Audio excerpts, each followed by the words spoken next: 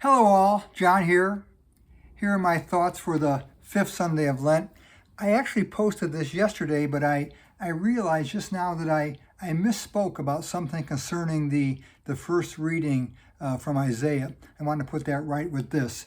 If you've seen this already, welcome back. And if not, welcome the first time.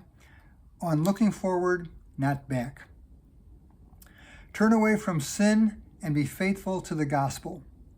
These are the words that a woman at St. Peter's Church in downtown Skokie, Illinois, said to me back on Ash Wednesday as she put those ashes on my forehead. And I remember thinking, even as she did it, I much prefer this distribution of ashes prayer over the other one we hear sometimes, the one about being dust and unto dust we shall return. That one comes across to me always as so bleak and dark and final, whereas the be faithful to the gospel text comes across to me as hopeful. And as I consider the readings for today, Old Testament, New Testament, and Gospel, I think hopefulness is a major takeaway. But first, this per Isaiah. He says, "Thus says the Lord, who opens a way in the sea and a path in the mighty waters? Who leads out chariots and horsemen, a powerful army, till they lie prostrate together, never to rise, snuffed out and quenched like a wick?" Yeesh, talk about bleak and dark and final. Here, of course, God is recalling the parting of the Red Sea and the deliverance of the Israelites from Egypt.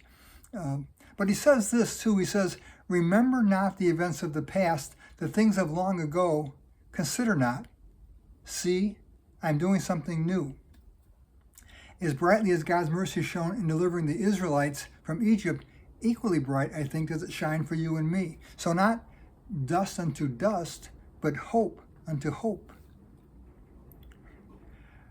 I told both of my children during their second years in college that this should be their best year, because it's the only year they can be sophomoric and even remotely get away with it. The first year they're just trying to find their way around the hallway, and the third and fourth year they're growing and maturing and getting ready to go out into the real world, the one that adults are always warning kids about. But is perfect maturity possible? Well, no, at least not according to St. Paul in the second reading. And here he's speaking in a faith context. And I love what he says here. I think we can all embrace it and make it our own. He says, "It is not that I've already taken hold of it or have already attained perfect maturity." And I think he's referring here to the faith, his faith of Christ living in him, in Paul. "But I continue," he says, "my pursuit in hope that I may possess it."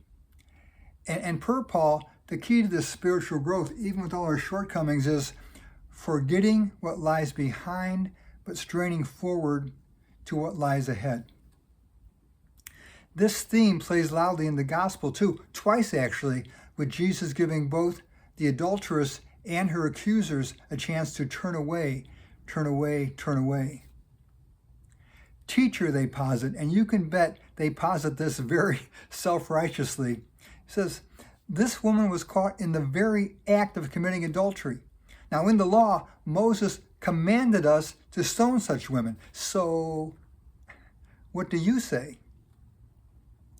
We all know Christ's response. It's both cutting and gentle at the same time.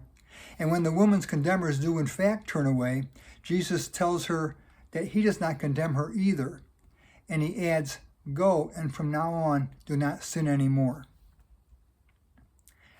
Okay, on the wall at the Leaning Tower Y on Toohey in Niles, Illinois, years ago, was a poster.